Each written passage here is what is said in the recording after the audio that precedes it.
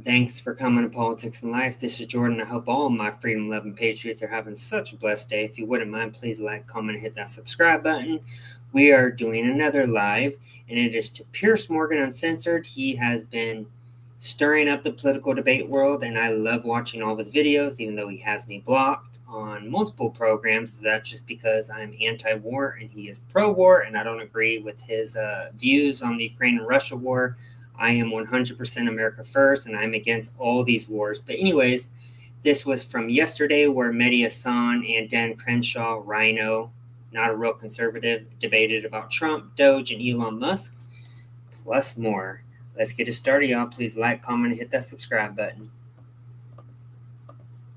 Well, like it or not, this is President Trump's world, and we're all just living in it. In the past 24 hours alone, Trump's boomerang tariff threats have rattled markets and sparked fresh warnings about a trade war and even a recession. His threats to annex America's northern neighbor have rattled Canadians. His maverick stance on Ukraine's war has prompted President Zelensky to agree for an immediate 30-day ceasefire, putting them all firmly back into Putin's court. The president even found time to turn the White House lawn into a car lot for Elon Musk's Tesla, whose business has taken a pounding over his cost-cutting mission for the federal government. Anti-Musk protesters have been vandalizing Teslas and leading calls for a boycott. Trump says he's not buying it. Quite the opposite, in fact. We're going to buy or lease today? Well, I'm going to buy. And I'm going to buy because, number one, it's a great product, as good as it gets. And number two, because this man has devoted his energy and his life to doing this. And I think he's been treated very unfairly by a very small group of people. And I just want people to know that you can't be penalized for being a patriot.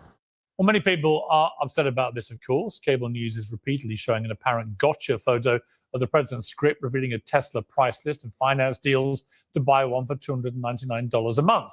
It's worth pointing out that millions of people now know you can buy a Tesla for $299 a month, which might have been, of course, the whole point. Well, critics say the Trump wrecking ball is sowing chaos and hardship. Supporters say he's striking deals, selling wheels, and most importantly of all, delivering on his promises for peace. Well, joining me to debate, there's the two men with very different opinions on the president's way of doing business. The CEO of... I'm not a fan of the warmonger neocons like Dan Crenshaw. I do appreciate that he served in our military, but Mehdi Hassan off MSDNC, who was fired, but he is a terrible human being. Anytime I hear Mehdi Hassan, I know he's going to sound like an idiot, so I'm here to react to it and debunk all of his BS lies. Let's do it together, y'all. Mateo, Mehdi Hassan, a Republican congressman for Texas, Dan Crenshaw. Well, welcome to both of you. But looking forward to you two locking horns in a Piers Morgan Uncensored debate. So thank you for both agreeing to this. Mehdi, I mean, you've had 50 days of Donald Trump's presidency. How are you coping? How's your spleen? I don't know. I haven't checked my spleen. It's not great. I think those of us who warned that Trump would be chaotic, Trump would be corrupt, Trump would be autocratic. I think even those of us who warned that for much of the same clown who 100% Biden supported Biden and Kamala and said zero about what was going on in the government. This dude's such a joke. Last year have been surprised by just how corrupt, chaotic, and autocratic he's been. I don't know if we're going to talk about what happened in New York on Sunday. That was pretty shocking with the detention and disappearance of a lawful permanent resident. Yeah, we will later. All the attacks on the press that you and I have discussed. You and I have discussed before the attacks on the press. This show is called Piers Uncensored. He's launched an open war on the media, on free speech, and of course the economy now. Again, I didn't predict that 2 months in, Trump himself would be refusing to rule out a recession. I knew he would harm the economy, but even Trump himself... You mean the economy that he was given by the previous administration who tanked the economy? How it's amazing that these Democrats are like, oh yeah, stuff's getting expensive. Trump's been in for 1 month, like he's supposed to fix all the BS that Biden administration messed up. This dude's a moron. Rule out a recession. So on multiple fronts, the economy, democracy, free press, it's pretty bad. Dan, your response to that? Well, if you're going to accuse somebody of corruption, you might want to give a little bit more detail, right? Or a war on free speech. I mean, what does that mean? These are just words that actually do have legal meaning, but you don't have any legal arguments. So I don't know what you mean by corruption. There's really no evidence of that. War on free speech, there's just no evidence of that. There was evidence of it from the last administration, that's for sure. Plenty of it, like praying outside abortion clinics. They were giving women years, even black women who the Democrat Party says they love the most. People of color, because they're so obsessed with race on the left. They literally locked up a black woman who Trump let out because she was praying outside an abortion clinic. So if you want to talk about free speech, dude, call out your own side, because you guys are the party of tyrants. Sure. So look, this is Trump derangement syndrome all over again. Now, if we didn't have 4 years to look at, where the Trump economy actually did quite well, Trump tax cuts proved to be a boom to the economy, and even after a pandemic, Trump's policies were getting the economy right back on track, so that when Biden took over, he was enjoying GDP growth as opposed to decline. Despite Democrats all over the country trying to shut down the economy, and leftists all over the world trying to shut down the economies. So it's definitely overstated, the extent of these catastrophes by far. If you can say one thing about Donald Trump, he's going to make good on his campaign promises. So there should be no surprises here about how he thinks some trade practices are unfair. He uses tariffs as a negotiation tool to get better deals for the United States. For instance, he wanted Canada to close their border and stop letting fentanyl at record rates coming across into our country. And guess what? They bent the knee. Or how about Mexico putting troops on the border to help patrol these illegals from coming into our country? They bended the knee. Every country so far that he's put tariffs on, it has worked. So what is your counter argument, Mehdi Hassan? He is such a clown, Mehdi. Trade deals, or whether that's things he wants other countries to do, like Mexico, for instance, getting the border and going after cartels, which they are doing. These things are working. So I think a lot of the sky is falling rhetoric is pretty unnecessary. Yeah, I mean, Mehdi, I'm surprised that you're surprised that Donald Trump is being Donald Trump, or that, as Dan just said, is largely delivering on exactly what he told the American people he wanted to do, and he won the election very convincingly. So when you say he's being corrupt, what is the actual evidence of corruption? So let me deal with a few things there, because Dan brought up a few things, and it's funny that Dan's saying words like corrupt have legal meaning. Of course, they don't.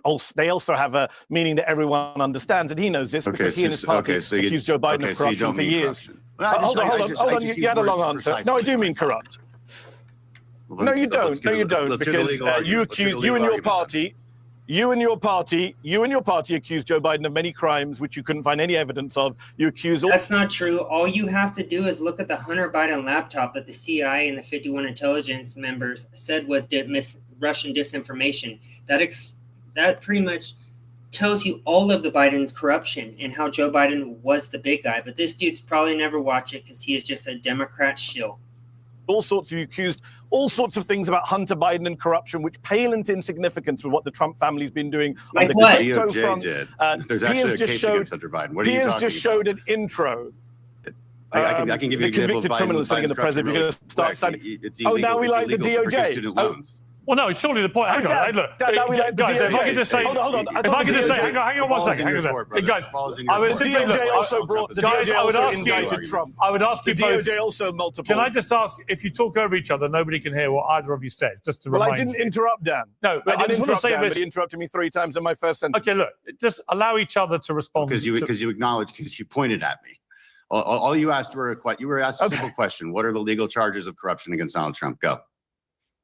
I didn't say anything about legal charges. The person who has well, there are many legal charges against Donald Trump. He's using the DOJ to make them go away, as you know, in a corrupt fashion.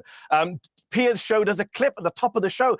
I don't think an American president has ever done what Donald Trump did yesterday. His top donor gave him hundreds of millions of dollars during the election. The New York Times is reporting that he just gave another $100 million to Trump political operations. And the president went out on the south lawn of the White House and turned the White House into a car dealership so he could help his top donor sell cars. I mean, that is astonishing on multiple levels. Literally, that is what Biden did during his administration. And Mehdi Hassan was nowhere to be seen in regards to this. Dude, if you're going to call out Trump, at least be neutral and call out both sides. This dude's such a clown. I've criticized Republican presidents in the past. I can't think of a single Republican president who's done something that so corrupt and pathetic on Musk's behalf, by the way, but corrupt on Trump's behalf, to do that for a donor, to sell cars on the White House lawn, to put out tweets saying, I'm buying a Tesla. Yeah, for your top donor, if Joe Biden had done it, you would be screaming from the rooftops, as with your party, you'd be filing articles of impeachment. So give us a rest on the kind of patronizing stuff about exact language. There's only one side that is at exactly the the same core kind of of this Trump things. White House. Look at the crypto money. The guy's running. The guy just Dan. The guy just pardoned. The guy just pardoned a crypto guy who the DOJ was investigating, who's put money into the Trump family crypto scheme. We could go down the list of all the various corrupt things he's done. On free speech, by the way, he's called for multiple journalists to be fired. President shouldn't be. This is very hard to hear. So because he said that you are fake and fake news and you should be fired, that's illegal. It's amazing that morons like Mehdi Hasan has a platform. Calling for columnists. Do you support him calling for Eugene Robinson to be fired? Do you support him calling for MSNBC to lose its licenses because he doesn't like it? I mean, this is absurd. No president has gone around and attacked journalists in the way that Donald Trump and Elon Musk have attacked journalists. Well, actually, the biggest the top attack guy in your administration. Actually, before I go to Dan, hang on, Manny, don't just keep talking. Before I go to Dan, I'm going to finish the president. I'm going to finish my point. Elon Musk called for CBS journalists to be locked up in prison. Does Dan Crenshaw support the locking up of my fellow journalists? All right, I'm going to come to Dan. I'll come to Dan now. I don't even remember you saying that, but political. First of all, well, he did say it. Whether you remember or not is irrelevant. He said it, Dan. I don't remember it. That's going to be your defense. He said it. Well, he's the head of your government right now. He's the top guy. He's a person who has the same rights to free speech as you do. Okay, and Democrats do you support him calling for the locking up of journalists? I said there's a war on free speech. You said there wasn't. I cited a guy. Right, man. Yes, Mehdi Hasan is the worst kind of human being. I mean, he is just a filthy scumbag who never tells the truth. He'll just repeat lies and talking points from the deep state and the left, while he doesn't say anything in regards to the left and their corruption at all. He's such a clown. Your government, who's called for the locking up of journalists. You wanted receipts. I asked you for what you mean by corruption. You gave no legal arguments. So for you, corruption just means exactly what every president does, right? Which is supporting their. Hold on, I'll give you an argument right now. I think, yes, I would like a Department of Justice that stopped pardoning people who have given money to Donald Trump and his family. That's what. American homeowners are at risk of a growing real estate scam, which the FBI calls house stealing. This is how it works on the link imminently. Yeah. I'm not here to defend Joe inquiries Biden. into them. I mean, this idea it's only Trump that would do that. Dan Crenshaw's here to defend Donald Trump. You know, Piers, that I have many criticisms of Joe Biden, and one of them is his family and Hunter Biden. But what Joe Biden did pales into insignificance with what Trump has done in two. Oh, you mean like selling influence through the names of the Bidens and how the Hunter Biden laptop exposed them for having these businesses that provided no resources compared to the Trump who actually has ran businesses his whole career and built stuff his whole career? What are you talking about? Mehdi Hasan is the dumbest person on news cable. Months. I mean, all right, but let me ask Dan. Dan, on the Musk role, Elon Musk is an unvetted head of a government department. Okay, let me ask Dan. Dan, when you saw the scenes on the White House lawn there, did you feel entirely comfortable for the reasons that Mehdi said? You've got someone who donated hundreds of billions of dollars, obviously, to Trump. He pretty much helped get him elected. He's now in there as an unelected guy. What about George Soros? Power, it seems, over this Doge thing that he's doing, popular with some, unpopular with others. But turning it in, as he said, to a Tesla sale room, did you feel comfortable that the White House is being used like that? I don't feel comfortable with it. I don't feel uncomfortable with it. Look, first of all, let's say something. Every single person in the administration is unelected, and they have a great deal of power. The only person who's elected is President Trump. So everyone works for President Trump. I think there's a really strange sort of villainization of Elon Musk. Oh, he has too much power. He has this. He has whatever power the president decides to give him. That's first of all, let's say that. Also, there's a long history and precedent for presidents bringing in their supporters to the White House. Joe Biden gives out medals of freedom or whatever those things are called to various celebrities who have helped him, to various big donors like the Soros family who have helped him.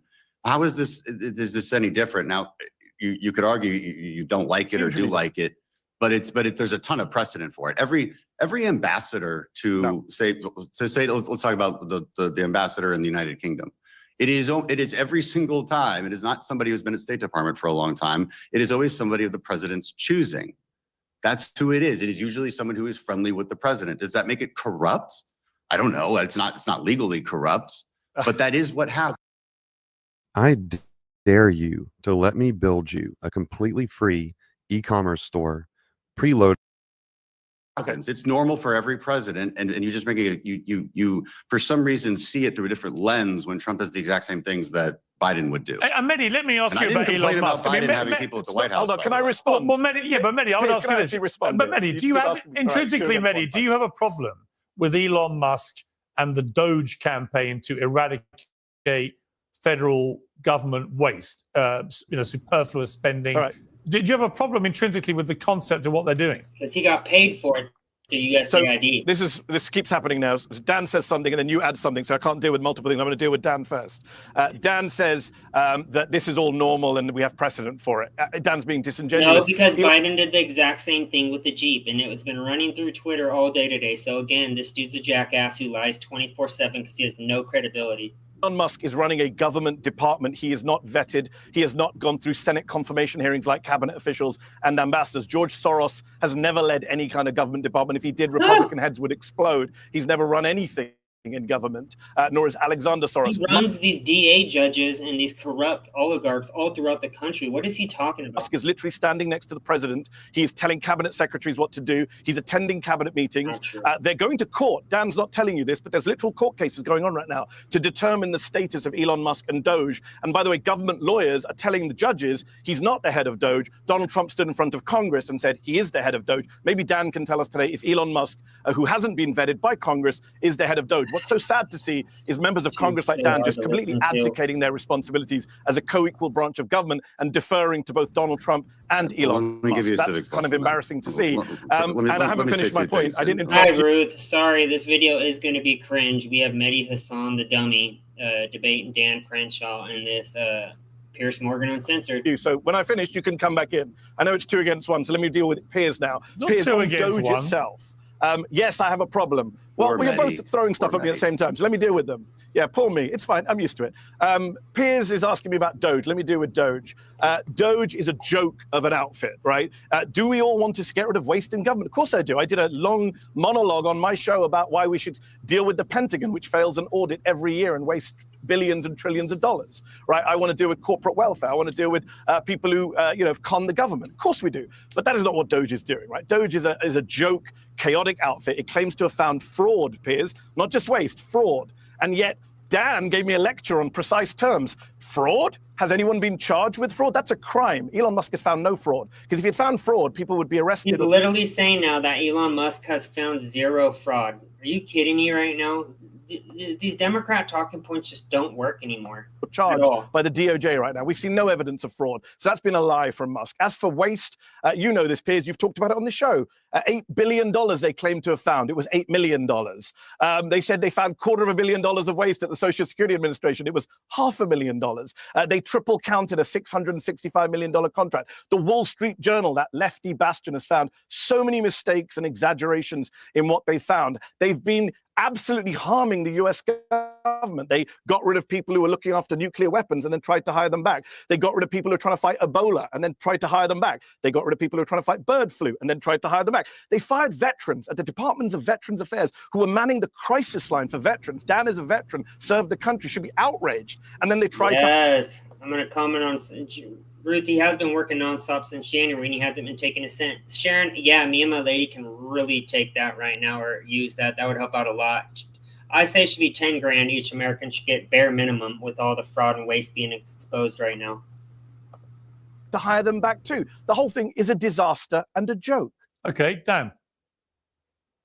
I want to say one thing about the having automakers at the White House. You know, in August of 2021, Joe Biden had a bunch of automakers celebrating electric vehicles at the White House. He left out one in particular because he's not a political ally. He left out Tesla, one of the biggest makers of EVs. So again, this stuff happens. As far as like what Doge's role is, and then I want to get into what Congress's role is here. So the president has been very clear. Cabinet secretaries are the ones who actually fire. Doge makes recommendations. That's how they have it set up. I realize that all of this is new, but it was what he ran on. It was what the American people wanted. We are asking questions too, right? We also want to figure it out. It's good. The courts are another co-equal branch of government. that will have their complaints about it. That let's let this process play out, and let us all agree on the fact that there is a huge amount of waste and bloat in a lot of our bureaucracies. We talk about firing a couple thousand VA employees. Put that in the context, there's about 480,000 VA employees. 400, like there's a lot. Okay, so we're talking about very small amounts here. They're about to fire another 80,000. We'll see. We'll see. Look, I've used the VA in multiple cities. There is a lot of bloat. There's a lot of people who would. There's a lot of people who work at the VA who would be happy to see half their coworkers fired because they know they don't do anything. I've heard that from VA employees. This isn't that crazy of an idea. The sky is not falling. And then again, these secretaries still have the power. President Trump made that very clear just last week. So, like, we can all take a step back, realize that this is what he ran on. This is what the American people wanted. This notion of Doge and government efficiency is indeed still popular with the American people. Yep. There are going to be problems associated with going this fast. Okay. And you're gonna have to fix those problems. That's okay. Can I respond? Well, quickly, because I want to turn to other subjects, but quickly, yeah. Okay, so on Doge, very quickly then, on the Doge issues, I heard Dan say this before, that Elon Musk is not firing people, cabinet secretaries are. Well, that's news to cabinet secretaries because Sean Duffy at a recent cabinet blow-up called out Musk for trying to get rid of his air traffic controllers, and they had a row about it. So the transport secretary thinks Elon Musk is coming after his vital staff. Who cares? There's going to be disagreements, dude. You sound like a little child throwing a little tantrum, yet you say none of this in regards to the Democrat Party ever. You are such a hypocrite, Mehdi. Well, they're not. They're the ones who are feeling pressure from Musk. Everyone's having to bow the knee to Musk. It's funny, I wrote down this headline from CNN from last week. Republicans push Musk to let Congress vote on Doge cuts. It's embarrassing to see Dan's party having to go cap in hand. Please, Mr. Billionaire, who's not elected to anything, please let us vote on your agenda. And as for Doge being popular, the poll out today, as for the poll, hold on, you had your piece. Let me answer because Piers is rushing me on. The poll out today from CNN shows that the Doge Musk is super unpopular. He's more unpopular than Trump. Yeah, well, guess what? CNN isn't credible at all. And if you had a fair poll with fair treatment of the media, then Doge and Trump would have a 90% approval rating because you are fake news, just like the rest of the leftist news outlets. He's more popular than Vance. This is not a popular agenda, and this is not what people voted for. People did not vote for the annexation of Canada. He didn't mention Canada on the election campaign trail, and they did not vote for cuts to Social Security and Medicare, which Musk on Fox Business said this week, that's the next big thing to eliminate. We're going to cut 700 billion from Medicare and Social Security. No one voted for that. It will be a disaster for the Republicans. Yes, Ruth, we need to fix the elections and start focusing on that. We will talk about that soon when I get off the podcast. Musk do that. I mean, the thing I would say, Dan, that would be slightly concerning me if I'm Donald Trump is that the poll approval numbers for what's going on with Doge are falling quite quickly and significantly. And, you know, Trump, he loves his polls. His own approval is taking a hit as well. At some stage, if those numbers continue to fall... the most unpopular president for 70 years. Well, if those numbers continue to fall, then Trump at some stage is going to stop it, isn't he? Yeah, he very well might. And this is the only point I wanted to jump in and make about Congress's role in this. As you berate me as if I'm Doge spokesperson or Trump spokesperson. I don't have all the details. I'm a member of Congress. So quick civics lesson: co-equal branch of government. We make laws. We write laws. We send them to the president's desk for him to sign and then implement those laws. There is only one person who is in charge of the executive branch, and that is the president. You know what Doge doesn't do? You know what they can't do? They can't look at my employees. They can't look at anybody in the legislative branch's employees, and they're not, because they can't.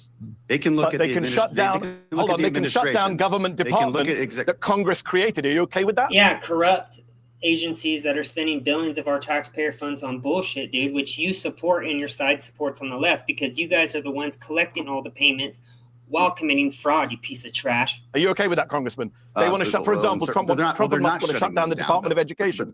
That's Congress. They want to shut down the Department of Education. They are winding it down. Right. Well, they can change a lot within the Department of Education. You know, legally, can they shut it down? That's been tried before. It doesn't work. Like, everybody can calm down. And if we want to talk about Department of Education, like, what is the Department of Education? It has about 6,000 or 4,000 employees. It's really just a pass-through for grants and student loans. You know, one of the reasons conservatives talk about the Department of Education and wanting to shut it down over time is because it really has nothing to do with education. It's just a pass-through for grants and loans. But the point, it was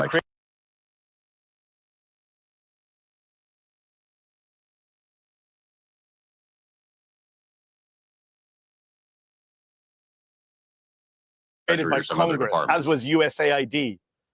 Well, Musk proudly said he fed USAID isn't shut into down the wood either, chipper. though. Like That was a it's congressionally inaccurate. Oh, come on! Okay, Musk well, himself said I fed it into a wood chipper. Let me.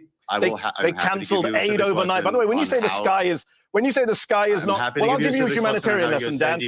Children are dying now from polio and malnutrition and malaria because USAID cut off aid overnight. No one voted for that. Right. And when you tell me the sky's not falling in, that is actually not true. Kids are literally suffering as we speak in Uganda and Ukraine and Sudan. Let me. So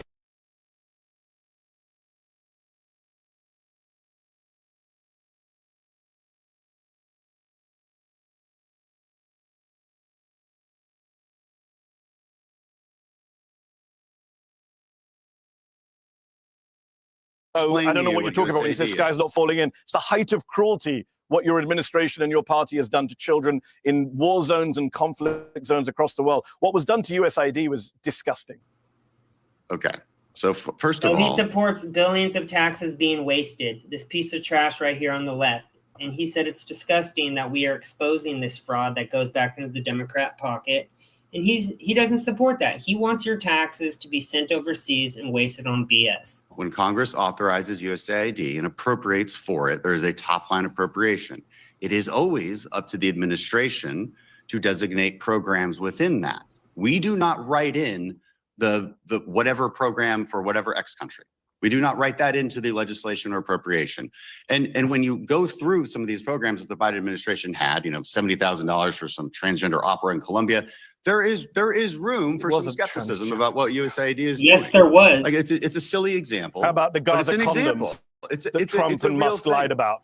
Have they apologized for that lie? How about the Gaza condoms? Some of these. Your administration lied about Gaza condoms. Trump does not apologize for lying. I'm not part of the administration. How many civics lessons do you need? He's your president. I'm not part of the administration. Nice try, Dan. You're part of the Republican Party. I want to change. Come on. Let me this is like debating a child when it comes to Medi. He is just so stupid. And I know I keep on repeating myself. So he supports sending billions to other countries. He also says that Doge has found no fraud. He also supports USAID. And then he just lies and uses these one-liner lies constantly about Trump and Elon Musk. Like, talk about dumb on another level. What Go through line by line. Don't talk over each other, they please. Haven't gutted anything. Let me change topic. Let me change topic. I want to change topic. You're a Republican congressman. I want to change topic to Ukraine. I'm aware. Let's just play a clip here and then discuss this afterwards about Ukraine. Ceasefire, Ukraine, ceasefire. Just agreed to a little while ago. Now we have to go to Russia and hopefully President Putin will agree to that also, and we can get this show on the road. I think it's a big difference between the last visit you saw at the Oval Office and the soap. That's a total ceasefire. Ukraine has agreed to it, and hopefully Russia will agree to it. We're going to meet with them later on today and tomorrow, and hopefully we'll be able to wipe out a deal. If we can't, we just keep going on and people are going to get killed. So, Mehdi, here's another example, I would say, of where the Trump hysteria doesn't really help anything. Because after the Oval Office bust up, which for about 45 minutes was perfectly reasonable discussion in front of the media. Then it all kicked off, and that was unfortunate. It should have happened behind the scenes. But in the general scheme of trying to bring a war to an end, I didn't get as upset about it as everybody seemed to. And I said and predicted then, I think you'll find that Zelensky's back at the White House pretty quickly. And this is all part of Trump's plan to try and force a peace deal, which it clearly seems to be. The onus is now on Russia. But do you accept that what we saw in the Oval Office and all the reaction that came out of it, this is terrible, it's this, and this, but actually in the cold light of what we've now seen? Yes, I agree, Sharon. Ukraine needs to pay us back all the money that we gave them, and we should, the American people, have been given back all that money in our own wallet as well. We are too much in debt right now to be fixing other country problems, and a lot of people don't even know the history of what started the Ukraine war. Biden sent Boris Johnson to break the peace treaty in regards to what was being talked about when there was Ukraine-Russia treaty on the table. And on top of that, Ukraine was pushing on Russia's border, inching by inching, pushing them to act. And on top of that, joining NATO, which was an agreement they said they would not do. So Ukraine broke every single agreement that we already originally had on the table. And then Boris Johnson broke up the peace treaty as well. So that is 100% on the Democrat Party, why this war has started and why this war has continued to go on this long. And Mehdi Hassan thinks we should be sending billions of our own taxpayer dimes to fund this war. That just goes right back into the corrupt politicians on the left pockets. Unfurled since then was premature. No, I don't agree. And it's interesting you use the word unfortunate, Piers. I've told you this before in the past when you say you're not a conservative, you're not on the right. You use language that always minimizes what the right does. If Joe Biden had done it, if Kamala Harris had done it, you'd have been up in arms. It was a joke. You know it was a joke. The entire world watched that in shock.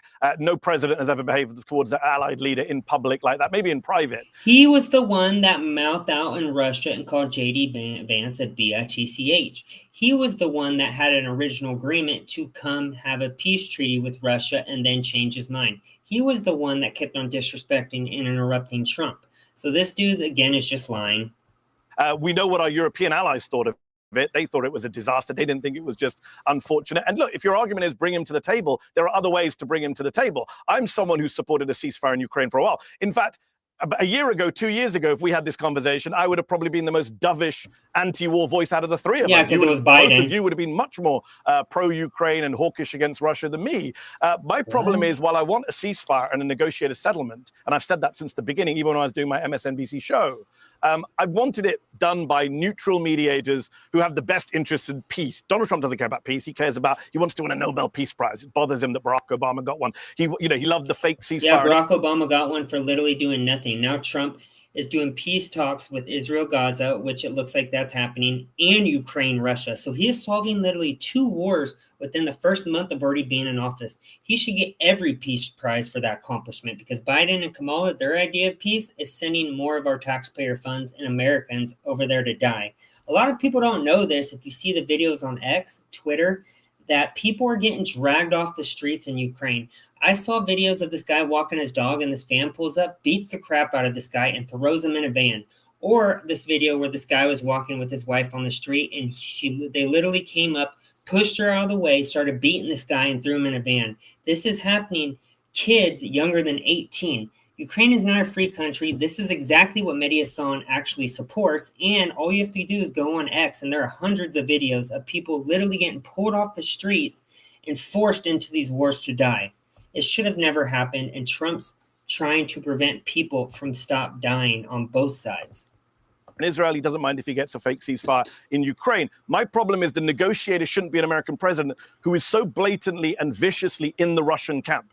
Piers, you cannot deny that he is not a neutral mediator. He only berates one side, not the other. He pushes Russian lies, right? Like if what? I had said the stuff he said a year ago, you and Dan Crenshaw would be attacking me as a He'll constantly say that Trump's saying Putin lies, but he will never give one lie this supposedly is, because he has no lies. He's an idiot. Stooge. He said Zelensky's a dictator. Lied about that. Then he lied and said he didn't say Zelensky was a dictator. He said Zelensky had a 4% approval rating. That was another lie.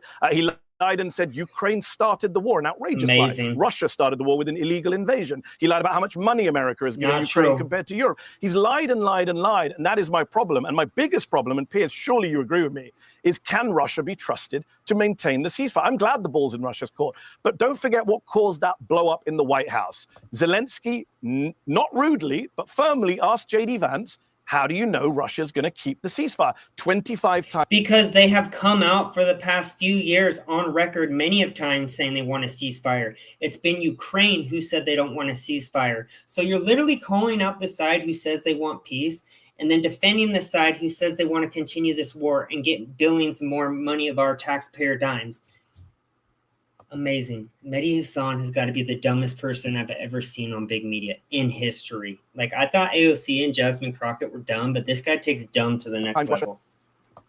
Has violated previous ceasefires. Vance couldn't answer the question, so instead he personally berated and insulted and verbally abused the president of Ukraine. That's what it comes down to now. Can Russia be guaranteed to hold a ceasefire? And can Trump ever hold Russia accountable? The one leader in the world he'll never, ever criticize. All right, Dan, a lot to unpack there, but I think... Sorry, I keep pausing it, but I'm going to keep debunking his lies. So he's in Russia's court, yet Russia only interfered and went into these countries during Obama and Biden. So he didn't interfere with any other country when Trump was in office. So how, again, is he a Putin puppet if Putin never involved himself in any other countries when Trump was president the first time?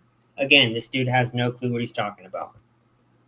What I thought about this is that Trump's minerals plan seemed to be quite a smart part of this equation to peace, because it would calm down all those on the MAGA side who are outraged about the spending that's been going on in supporting Ukraine, who do not see the point of America doing this, who want America first and leave these foreign wars alone and so on. If you can have a deal based around accessing minerals that America can then use, and you can make it look like a transactional business relationship that costs Americans nothing, that's a better sell for Trump just politically with his base. I got it. I also think that Trump had a point. I'm interested in what you think as a military man, though, that whilst I accept what Mehdi says, that it is all about security guarantees, and that Zelensky's biggest fear might be actually what happens when Trump's no longer in office, that Putin might not try anything on his watch, but he might wait. Putin has said already on numerous occasions that he wants peace. It is the other side who doesn't want peace. This is the one thing I hate about Piers Morgan. And during COVID, he pushed, you already know what. He is always on the side of the neocon liberal establishment. And bide his time and do it then, which he did, of course, with Biden when he invaded Ukraine.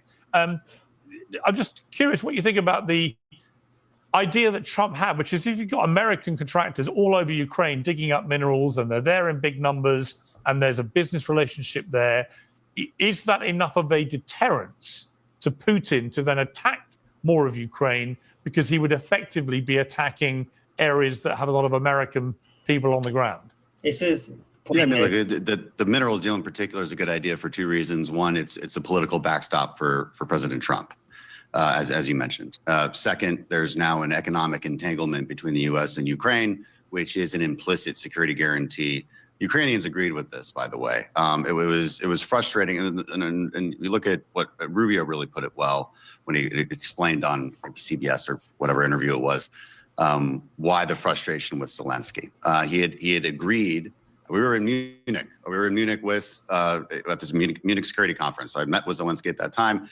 He seemed to have no problems with the mineral agreement. Seemed to think it was a good idea. Rubio had convinced him earlier, maybe that day or the day before, and then he would go. Yes, when Zelensky came to talk to Trump, there was an agreement on the table, and then the minute the cameras and the left-wing news came and started asking questions and that's when he started pushing and being disrespectful to Trump. It was all theater when Zelensky came the other day, talking about how he's not agreeing with it. So there was a frustration within the administration. The White House blow up. I mean, I watched it myself as well, and my take from it was, this is not the time to be litigating past histories about Putin, whether you're right or not. This isn't the moment for it. It's time to have lunch, sign a deal, and get on our way to a peace deal. And so Mehdi's complaints seem to be purely stylistic. So you don't like Trump's style and how he got people to the table, but how else would you do it? I mean, if you agree with the premise of a ceasefire, like you do have to engage in uncomfortable flattery with the Russians. That is something Trump knows. It is something. It is how you wrangle them. And look, Zelensky has been pandered to by Europeans, by us for a while now. Now look, I think everything happened as it should happen along the timelines. I think we needed to probably do a lot more than Biden did, quicker and faster aid to defend Ukraine in the beginning. 3 years. No, we should have put both sides down and say, look, you guys need to fix this yourself, because we should not be in other countries' wars. We have enough problems on our own in America. We are in America first. That's why we voted for Trump. Mehdi is America last. That's why he supports all of your money going overseas. We are America first. This war should have never happened and would have never happened if Trump didn't get cheated out of the 2020 election. Facts. Years later, Trump is right. It is time to actually start talking. And regardless of whether those talks have worked in the past, again, that was J.D. Vance's point in the White House. Why are we litigating that? Let's talk about present and future. And that's a very American way of thinking, but it works. And it's not a very Eastern European way of thinking, right? They think in terms of the 1,000 years of history preceding them. This is the problem in the Middle East as well. Like, this is just, there's a cultural mismatch there. And I think that's what you actually saw unfold in the White House. Also, on your point, what we have is we seem to agree on the outcome here. We seem to all like the outcome. Yeah, I agree. And the other thing I would say on your point about how to deal with Putin. We don't know what the outcome is. We don't know what the outcome is. No, okay, but we all agree that as of today, we seem to like it, right? I mean, we like the idea that Ukraine has signed up to a ceasefire, which is a way further forward than they were in the Oval Office, when they didn't want to even speak to Putin. Hold on, the bloc. Hold on, come on, guys. This is crazy that I'm having to be the kind of pro-Ukraine against the seemingly pro-Russia voices. The bloc on a ceasefire. Are you saying that was Ukraine for the last 3 years that's been the only bloc on a ceasefire? Come on. No, I said Ukraine agreed to a ceasefire. Ukraine and insisted not to do it. Why are you twisting our words? So he's literally supporting the killing of mass people still, and he wants this war to go on because he knows Trump will get the credit, and he hates Trump so much that he is cheering on more innocent people to get pulled off the streets to die in this war. Such a terrible person, Mehdi is. The idea that nobody said because that. you're saying that we're in a ceasefire position. Can I finish a sentence? You're saying that Zelensky went to the table because Trump bullied him in public. And by the way, I'm loving this from you two. This language we're using today to coddle Trump. He's not even here, and you're both so worried about his feelings. Trump, Piers talking about unfortunate. Dan said stylistic. Come on, I have a memory of longer than a goldfish. Barack Obama talked about a reset with Russia. Your party, Dan, went nuts. All right, can I just Great point, Ruth. Anti-war does not equal Russia butt kicking. But if I had to support one side, I would support the one who didn't start the war, which is, in my opinion, Russia. They did not start the war. I mean, they were getting the agreement was don't go into NATO. Ukraine wanted to go into NATO. That breached the deal right there. There was a peace treaty on the table. I'm going to say it again. Biden sent Boris Johnson to break up that peace treaty. Russia's been on TV for the past couple of years saying how they don't want any war, and Ukraine's saying the opposite. Also, we have these labs in Ukraine not being spoke about as well, where I don't know if I can say it on YouTube, but I've been hearing some crazy stuff on Twitter about body parts being trafficked or sold maybe for profit. I don't know if I'm allowed to say that on YouTube. I know they're very strict. I'm going to stop there. They called him a stooge of Russia. If I may. Hold on, no, I just finished my sentence. I need to be able to actually put a question to you. Two against one. I haven't spoken about Russia for the last 5 minutes. You both have been speaking. Can I finish one point? Let me just make one point. It's not stylistic. It is Trump being objectively pro-Russia. Yes, Ruth sold and harvested. That's what I was getting to. And it's sad because they're young men just being pulled out of the streets, walking down the street with their dog, their wife. In Ukraine, they're literally pulling these people and forcing them onto the front line, and it breaks my heart. They're pushing Russian talking points, and if a Democrat did it, Dan Crenshaw and you, Piers Morgan, would be all over them. And a Democrat literally did it because Bill Clinton, I put a clip out that went viral last week of me interviewing Bill Clinton in 2012, and it went viral for a reason, because he was talking about how he dealt with Vladimir Putin when they were both world leaders. And he said, what you have to do with Putin, you don't criticize him in public. He said, but behind the scenes, you have very tough conversations. And interestingly, he said... So then why did Obama get so much... Let me finish. Why did Obama get so much shit for the reset? You said you hate interruptions. You're a bloody master at it. Stop interrupting.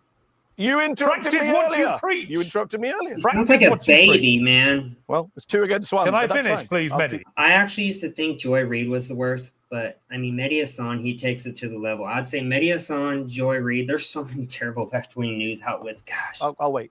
Thank you. And he simply said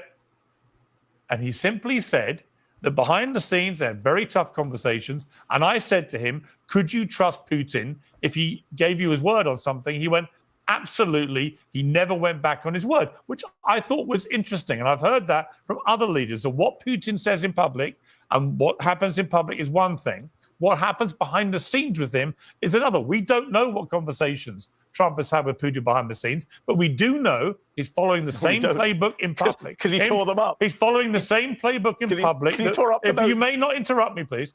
We do know he's following the same playbook as Bill Clinton advocated in that clip. And he was a Democrat president last time I checked. The problem, Ruth, is people don't know that, or they are too lazy to search the truth about the truth behind the Ukraine-Russia war. I don't know much about World War II, but I believe that is true. What has Russia actually done? Nothing but help us in World War II. They want liberal Congress to line their pockets. That's what they want. Yeah, they want to keep funding these wars, because when these wars are happening, that's when the corrupt bureaucrats get rich. They get so rich off these endless wars, and Trump's trying to come in and stop the system. That is the, I don't know, there's a term for it, but the wars that they profit off of.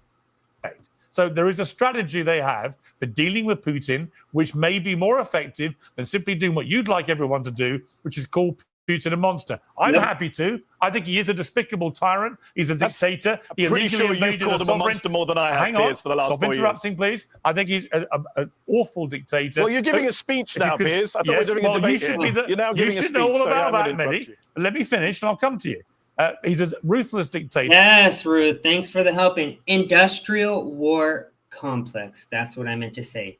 As long as they are having wars across the world, which there's more than one. I mean, we have troops in Syria right now, for Christ's sakes, and Ukraine. But anyways, as long as there's wars, they're making billions. And it's sad. It's very sad. Just like the border, they have these NGOs trafficking these kids, and sex trafficking was all-time high under Biden. And now we have a record low under Trump. Thank the Lord that Trump's back, man. To be clear, who illegally invaded a sovereign democratic country. But do I think that Donald Trump has more chance of forging peace here when that war is clearly at a point where it's just going to kill more and more people for very little territorial change? Yes, I do. Far more than Joe Biden ever even looked like doing. Over to you, Mehdi. No, I don't have much to add other than to repeat my point, which is I'm not for war. I'm the most dovish person on the three of us on this panel. My point is a very simple political point, which maybe neither of you want to hear, which is that when Democrats are in office, if they ever try and make peace or do deals with dictators, they get attacked by Dan's party. And no, because all you guys did during the last administration was fund the whole war. When the hell did you ever talk about peace talks? Biden was literally calling Putin names, calling him a dictator, just dissing him the whole 4 years, and then didn't talk about any peace talks. Now Trump, he's not insulting Putin, and because he's not insulting Putin, they call him a Putin puppet. Why would you insult two enemies if you're trying to bring them together to solve a conflict? You don't do that. You try to have peace with both, and then you pull them together to talk about peace. But Hassan says because Trump doesn't call Putin names 24/7 and is actually trying to be respectful to both leaders to solve the war, that he's a Putin puppet. That just doesn't make any sense. Fox for being soft on defense. We all know this is undeniable. In Washington, D.C., they're called soft. They're called sellouts. Obama was demonized for many reasons, including his Russia reset comments. All I'm saying is the Republicans come into office with Trump, not with any other one, not with Romney, but with Trump. And when Trump does it, they all flip and say, let's have peace with North Korea. Are you kidding me? If Joe Biden had said, I'm exchanging love letters with Kim Jong-un, the Republicans would have crucified him. What does that even mean? All right, let me explain to you the difference between rhetoric and actions. So under Obama in 2014, what did Russia do? Very patronizing. Refresh my memory, since you have the memory longer than a goldfish. Oh yeah, they invaded Ukraine. And did Putin or did Obama give any weapons to Ukraine for self-defense? No. Pillows. No. Trump did. Javelins. And did your party attack him for that? Hold on, but didn't your party attack him for that? Don't you just made my point for me, Dan. No. Thanks. Thanks, Dan. Thanks, Dan. You just made my point for me. Let Dan speak, please. Mehdi, stop interrupting. Yeah, Republicans attacked Obama. Wait, are you saying my party attacked Trump for giving Republicans attacked Obama for no, I said Republicans attacked Obama for not arming. Yes, you're making my point for me. So they attacked him for being soft on Russia. That's my point. So when Obama's soft on Russia, it's bad. When Trump is soft on Russia, it's good. Do you see the hypocrisy here? No, there's no hypocrisy because you've been talking to me multiple times. So Trump actually has taken actions against Russia to include arming the Ukrainians. So if he hadn't done that, by the way, Ukraine would be Russia right now. He just cut off aid. For 3 days. Dan, come on, like stop gaslighting. He literally, and people died. And how many children died? And how many people died? How many people died in those 3 days? Do you want to tell the viewers? Do you want to tell the viewers how many people died? Were there not rocket attacks? Warfare. You know nothing about on the ground on Ukraine. That had no effect on the ground in Ukraine. It had zero. When this video is over, I'm gonna show you guys what Tucker Carlson was debating with what's his name, Cuomo, Chris Cuomo. He had a debate the other day on his podcast, and Tucker clearly goes through the war in Ukraine and Russia to a T. And I'm going to show you guys the truth that Mehdi is just not being honest about. Zero effect. But 4 days of supposedly cutting off aid had zero effect. I don't need to know about warfare to know that you just misinformed the viewers. He literally cut off arms and intel. I'm not done with my list of actions that Trump took. And he cut off arms and intel. So Putin invaded Ukraine twice, both under Obama and Biden. Yep. Under Trump, Ukraine was given defense weapons that actually saved Ukraine from being totally taken over, because there was It was those weapons that were used to destroy Russian tanks just outside Kiev. I saw them with my own eyes. It's Have you true. been there? What he's saying is Do you true. know about the actual on-the-ground truth in Ukraine? Oh, it's not two against one at all, is it, How Piers? many hundreds of Russian soldiers did Trump vaporize in Syria? To say that Trump is... And to also support a war where millions of people are dying on each side and continue to die on a daily basis. And he's in support of this just because Trump's going to get the credit for being the strong one to settle the war. And Mehdi Hassan has such bad Trump derangement syndrome that he can't just for once give Trump this win. And that shows you how just disgusting of a human being he is, that he would rather see someone die because he hates someone so much. Is some Putin puppet, and soft on Putin is absolutely ridiculous. He knows how to negotiate. He ran on getting a deal. He was very clear about wanting a deal, which you seem to agree with. I don't understand how you can talk out of both sides of your mouth. This is what I mean by your complaint. Want the fastest working GLP-1? For half the price, Roe now offers.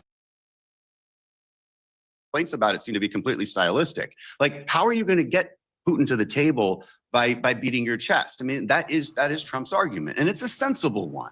And he also has to get his allies in order. So we've got the French, we've got the English who are willing to put peacekeeping troops on the ground. We are going in the right direction here. But the Europeans are understanding, the French are great on We're leading literally on this. losing allies on the West, but okay. You're not losing allies. America's not losing any allies. We're not losing any allies.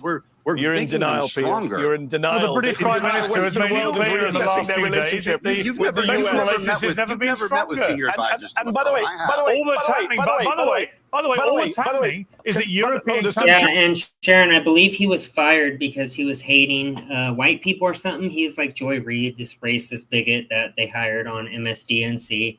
And now he has no job. He's irrelevant, just like Don Lemon. But Piers, for some reason, thinks it's good to have this guy on a platform.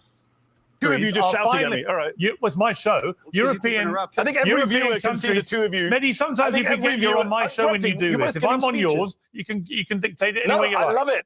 Yeah. Well, when you're on mine, Piers, I don't do two against one. I do on my own. I interview you on my own. No, you do. All that's happened in the last week or so is that Europe has finally stepped up and accepted more responsibility for defending itself properly and less reliance on America to constantly bail us out. I speak as a European, I'm completely in favor of that. And that's almost entirely down to Donald Trump, who was right onto the NATO scam in his first term, where European countries were not paying even their basic dues into NATO. Why should America step up as everyone's policeman, backing them with money, with military and everything else, if the Europeans won't even pay their basic membership fees? He was right then, and he's right now about Europe stepping up. Mehdi. I'm allowed to speak yet? You may speak. Can I respond? Thank you very much. It's funny because I said to your producer before, Piers going to be neutral. He said, yes, very neutral. I am neutral. Two people shouting at me every time I speak. I am neutral. Yeah, okay, if you say so. I think the viewers can see that two people are shouting at me every time I speak. Oh my! So yeah, I think it's clear that two people are shouting at me every time I try to speak. You made a big statement about interrupting, so we're just calling you out when you interrupt everybody.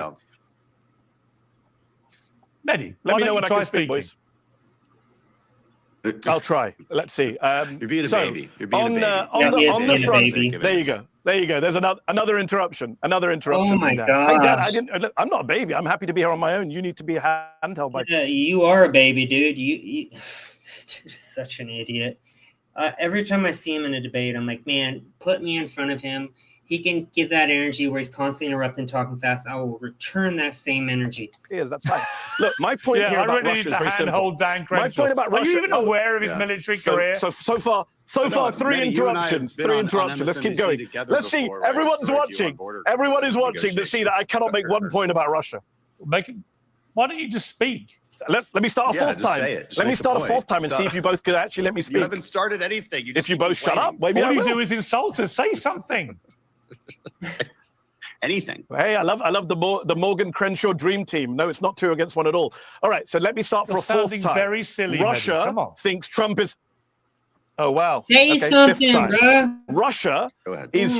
has openly said that Trump is aligned with our vision, right? Russians are the ones saying they love Trump. No, Trump wants peace. How is that so hard for this jackoff to see this? Trump wants people to stop dying on both sides. Media loves Trump. The Mueller report made it very clear that Putin always wanted Trump to win, and in both elections. So let's not get lost in Trump. Trump called Putin a genius for invading Ukraine in 2022. No, we and yes, the didn't. invasion That's happened a on lie. Biden's watch. But Zelensky himself will tell you. You've both met Zelensky. I haven't. He'll tell you that thanks to Joe Biden, Russia wasn't able to completely destroy and wipe out Ukraine in a matter of months or weeks, as some people thought he would, including American generals wrongly. So it's absurd to say Joe Biden didn't support Ukraine for the last few years. Of course he did. And yes, we all want peace, but I don't trust Trump. And because of Biden's actions, millions of people have been killed on both sides because of Biden's weakness. Under Trump, this war would have never happened, plain and simple, which is why Putin never invaded anywhere when Trump was president. Voila.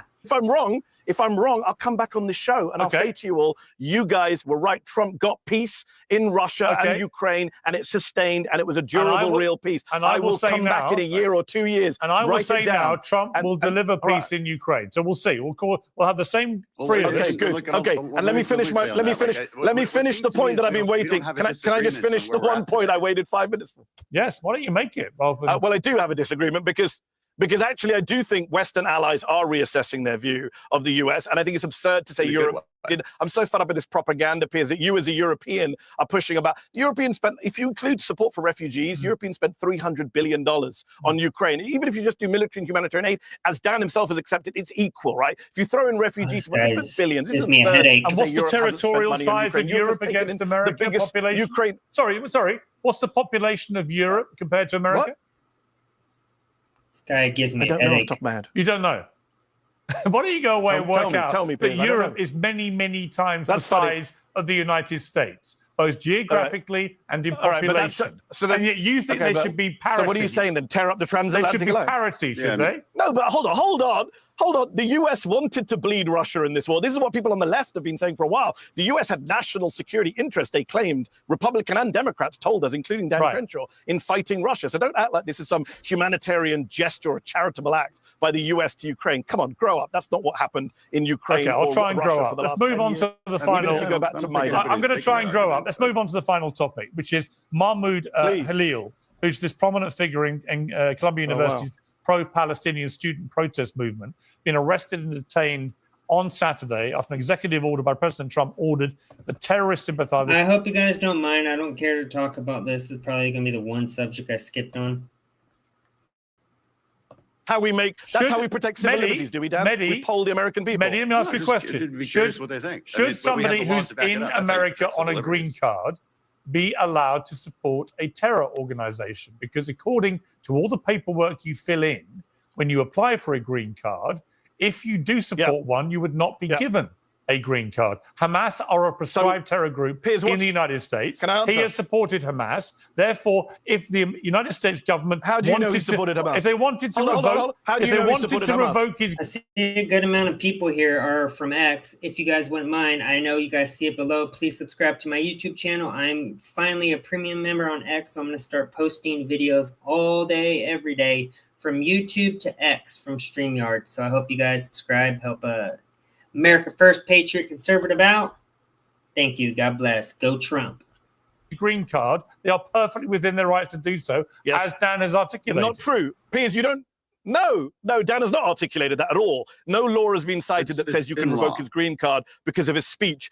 Piers, you don't know what you're talking about. You can't revoke a green card because you don't like someone's speech. If you support a terror group, where's your evidence of that, you would not get a green card. Where's your evidence of that, Piers? It's US Code 1227. Where's your evidence for that? Is this really going to be two against one? You're literally both talking at me at the same time. I'm not talking. You speak at one time. I can't respond to two of you. No, Piers asked me a question. No, Piers asked me a question, Dan. No, Dan. Piers asked me a question. I'm responding to Piers. So if you can hold your point. Piers asked me about withdrawing a green card. I'm telling you, Piers, there is no evidence he supports Hamas. If there was, they would have arrested him for it. They didn't charge him with supporting Hamas. The organization that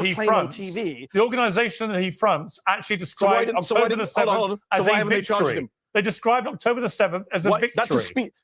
Piers, and that's free speech in this country. Maybe you live in the UK, you don't know about the First Amendment. In this country, it's offensive. Is it offensive. supporting It's Hamas? not a crime. Is it? If you say October the 7th is a victory, and I have not seen a quote There's from... a reason I Hold read on. the quote that I read, because By the it's way, an Piers, incitement it's to been violence. 4 days. And there's It's a been line. 4 days. And it's not from him. Nice try, Dan, but the quote wasn't from him. There's 4 days. The US government and Fox News have had 4 days. To produce all sorts of stuff: video evidence, photographic evidence. Quote. They've got nothing, which is why they're not charging him with a crime. Well, let's see. And they're saying he's aligned with Under what Hamas. circumstances Piers, can I finish the sentence? does They're saying he's an aligned with investigation Hamas. become public You can't on the just say news? people are. You don't do that. Should I say, Piers? Piers, you're aligned with Hamas. Should we just throw around accusations? I mean, I don't front an organisation that made a statement. That's the last time I checked what America says. No, just to be clear, I don't front an organisation. Unfortunately, Piers, there's free Sorry, speech. just to finish my point, you asked me a question. I thought the show was called Uncensored. It is. You have to let me respond to your questions. If you ask me a question, or Dan, let us respond. Don't just then talk over us. It's quite straightforward. And I would say that I do not front an organisation which has put out statements describing October the 7th as a victory. If you do, you are a supporter of Hamas. Which organisation if is you that, support Hamas, you are supporting a terrorist organisation, and as such, you would be in breach. Which organisation put that statement out, Piers? The student group that he claimed. Which organisation put that student statement group that he fronts, whatever Which they're student called. Group? What's it called? Which student group? Whatever the CUAD. You can't just make wild accusation without evidence. It's not. It the CUAD did not call October the 7th a victory. It's as far in as their I'm aware. statement. The CUAD has not called. The CUAD has not called October the 7th a victory. Yes, they have. It's called Columbia University Apartheid Divest. No, I don't think they have. That's what it's called. They have, and I will show you. That's what they campaign for. And they another have. quote from them. I actually know more about this. I have no clue if this is true, but I mean, if there is proof of it, I mean, Mehdi Hassan usually lies and is on the opposite side of the truth 100 out of every 101 times. So, I mean, he's probably wrong on this situation. Than you do, because they have Jewish members who have written for Zateo, and they do support divestment. Dan, they want to divest from the genocide that you support and you fund. You fund the genocide in Gaza. They want to divest from it. You want to demonize. Yes, Sharon, pussy boy, you're right. So Piers brought up that they were. This whole thing is about free speech. 7th. I would actually agree. I'm not going to be quiet. You can celebrate October 7th. I'm not a green card holder, Dan. You can't disappear me as well. Will you be quiet? So I would agree that you can celebrate October 7th. I think you're disgusting for it, but no, you can't be arrested. You want everyone but when to be you quiet. say something like "We are Westerners fighting for the eradication of Western civilization," you are crossing the line. That is not a crime. That's free speech. Incitement of no, Dad. You are confused about the law. Are you kidding me? Incitement of violence. You've lost your mind if you think eradication of our civilization is a violent call. Is a crime? Yes. No, it's not. Yes, call for violence is indeed a crime. I don't agree with it, but. Yes, it is. That's like this clown saying, like, I'm going to go up to a cop, which I never would because I'm a huge supporter of our military and our police, going up to a cop's face and saying, I'm going to kill you, and then saying they can't arrest you. This dude is just too dumb to even, I mean, it's insane how dumb he is. Speech in this country is a very broad definition. You cannot arrest people for speech crimes. And by the way, there's no incitement of coming from the Republican Party, which sends a mob to the Capitol to attack people like you. And all those. Oh, there we go. January 6th all over again. This is his go-to when they have no facts to say. All right, we already know when it comes to January 6th, Trump said peacefully and patriotically make your voices heard. It's on record. All the left-wing news stations, including Mehdi Hassan, lied about it for years and kept it from the public to see the truth until X exposed it, until Fox exposed it. And then also, the Capitol Police let people in, and a lot of protesters that were peaceful, mostly peaceful, that doesn't mean everyone was charged with long time sentences, while BLM burned down hospital or burned down businesses, attacked police officers, and there were no charges. How about the Palestine protests where they attacked cops too? I believe set a police station on fire. I'm pretty sure that happened during that or BLM, and they supported it on the left. So this dude's just such a hypocritical clown. Violence. Dan, what does destruction mean? Spare me your foam around. Also, last point, Ashley Babbitt, an unarmed, patriotic, military-serving patriot, got shot on January 6th, and that was the only person who died, and she was unarmed Trump supporter. Your party pardoned 1,500 domestic terrorists. My party domestic terrorists. I heard you condemned domestic terrorists. Yes, they did. They supported Donald Trump. What do you even? Okay, well, you condemn it now. Me and my lady are going to start doing song reactions, Sharon. I hope you guys watch them. We're going to be posting them more often soon. But she's non-political. I'm the political one, but she's definitely down. January 6th. Will you condemn protesters? Donald You'll see her Trump? soon. Yes. What are you talking about? Will you condemn Donald Trump pardoning violent terrorists? What I tell you what, why don't we move? Why don't we? Will you Okay, condemn time out. Donald Time Trump? out. We've run out of time. No. We've run out of Dan, will time. you condemn? We've run out of time. Will you condemn? We've run out of time. Why don't we try and find? Why don't we pardoning of try and terrorists? end on a point of agreement? Will you condemn? Why don't we the try pardoning and of end terrorists? with Dan won't something? do it. What Why are don't they we calling try and Americans? end? Why don't we calling try Americans terrorists? What a dip! He is the biggest scumbag in the world. and end where you both Everyone agree can hear about it. something, right? Which is They actually Anyway. did violence, unlike Mehdi, Mahmoud Khalil, who did no violence. I'm bringing it to an end, but I want to try and end on a point you may both agree about, which is Dan's ongoing spat with Tucker Carlson. Now, this began when there was you were caught off. You thought you were off camera, still on mic, saying he was the worst person.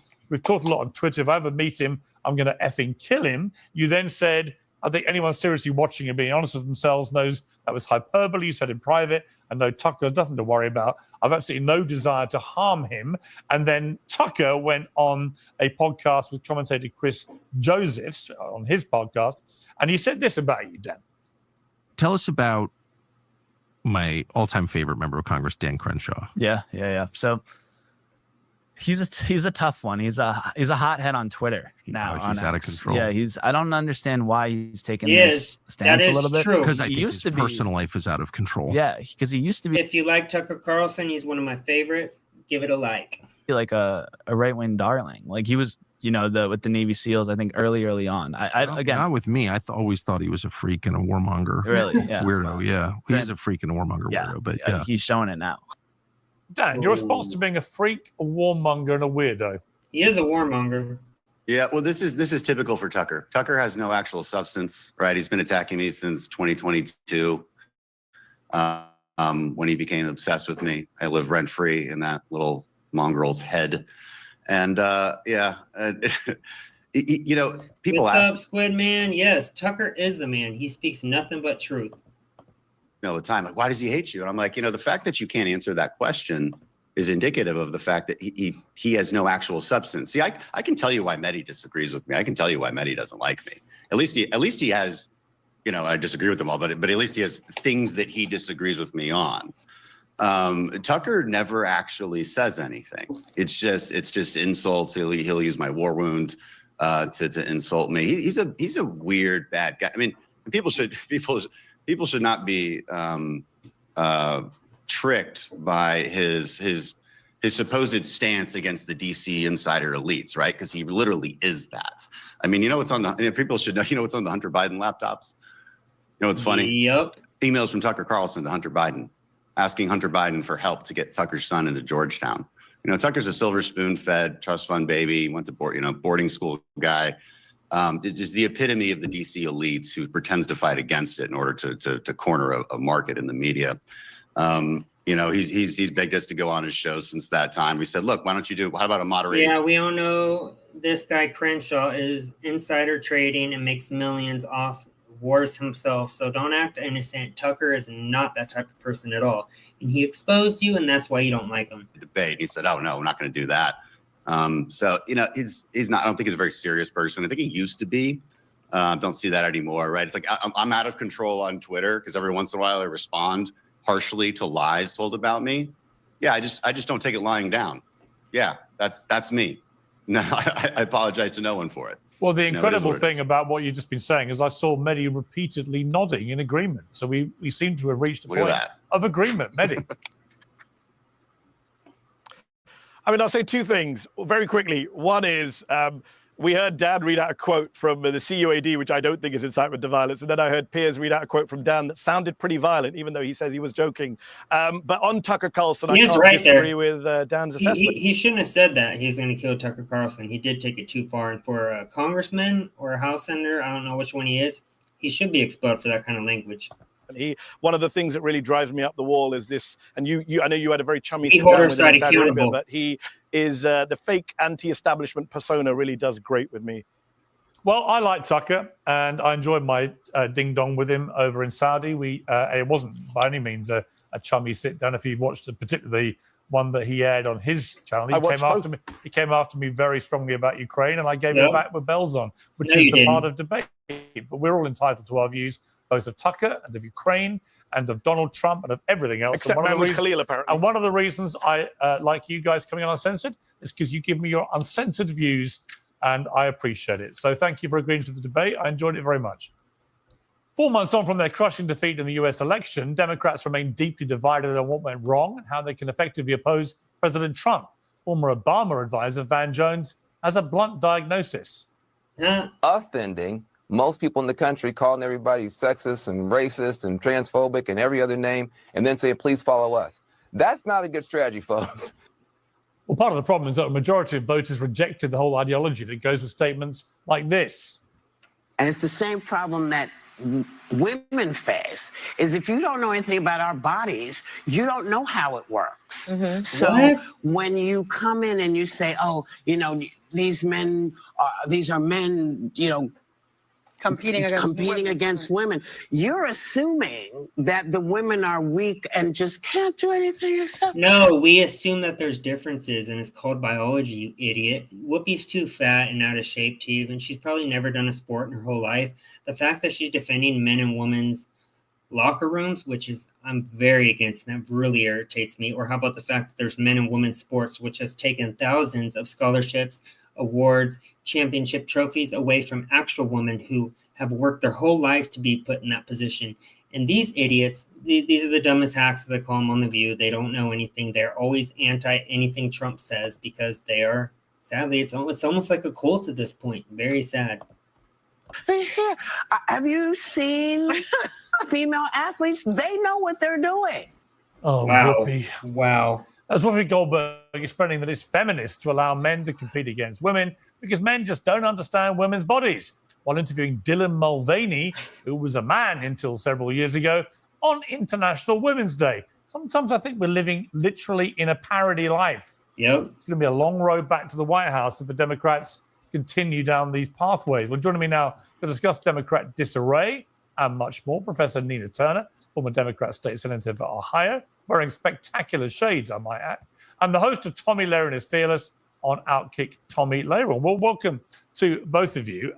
Tommy, let me start with you. There's the whole idea of Dylan Mulvaney sitting there on The View with Whoopi Goldberg informing the nation that actually the whole problem with this biological men competing against women in sport is that people don't understand how strong women are, which is presumably why we separate sexes in the Olympics, for example. Yep. And maybe we should just let them all have a free-for-all. Can you imagine, and I'm not a fan, the littlest fan of, what's his name, LeBron James. If LeBron James played versus a woman WNBA player, it wouldn't even be a competition. But Whoopi Goldberg supports that, so let's do it. That would be funny and entertaining, can't lie. Sometimes I can't get my head around how grown adults could be this stupid. Yeah, and again, I think they're playing to a narrative and they have to stick to it because once you've gone in on crazy, you might as well go all the way. Like there's no reverse on that wagon over there on The View. But I think the point that they were... sorry, See this guys, property one on sec. Craigslist for $4,300 a month? Well, it's been sitting empty for the last 28 days. There we go. Sorry, guys. We're trying to make by having Dylan Mulvaney on, of course, during Women's History Month and International Women's Day is that the best women are men. And I think that's the message from the feminist view. And I think that's what the table is trying to tell us, that, again, women are great. Women are powerful. We celebrate Women's History Month, but we think men are better at being women than women are. And we also want them to be defeated in sports. We want them to have to look at ding-a-lings in the locker room, in the restroom, because the LGBTQ rainbow mafia perspective is more important and trumps everything else, so everyone else's feelings be damned. That's the message that I was getting from Whoopi and the ladies of The View. I personally would be feeling awkward if I walked into a men's restroom and a woman just pulled her pants down pretending she was a dude. No, thank you. That is very uncomfortable. And the fact that there's little girls having to worry about grown men going into their safe spaces, not safe spaces anymore. Thank the Lord that Trump actually made that not allowed to happen anymore. They need to start arresting these groomers because that's exactly what they are, groomers. If you're a grown man in the same bathroom as a little girl or a woman, period, and you don't think that's wrong, you need to see a psychiatrist ASAP. Maybe I'm wrong, but I think that the feminist movement has been overtaken by the Republican conservative movement. It's not a fight that we wanted, but I guess it's a fight we'll take on. Nina, when even Gavin Newsom, who's probably the wokest governor in the history of the United States, when even he concedes it is unfair to have people who are born biologically male and then identify as women competing in women's sports, do you now accept it's unfair? You said in 2022, trans women are women, trans men are men, non-binary people are non-binary. Fine, they're words. But when it comes to reality, actually, trans women are not women in sport. They're biological men with all the advantages physically that gives them.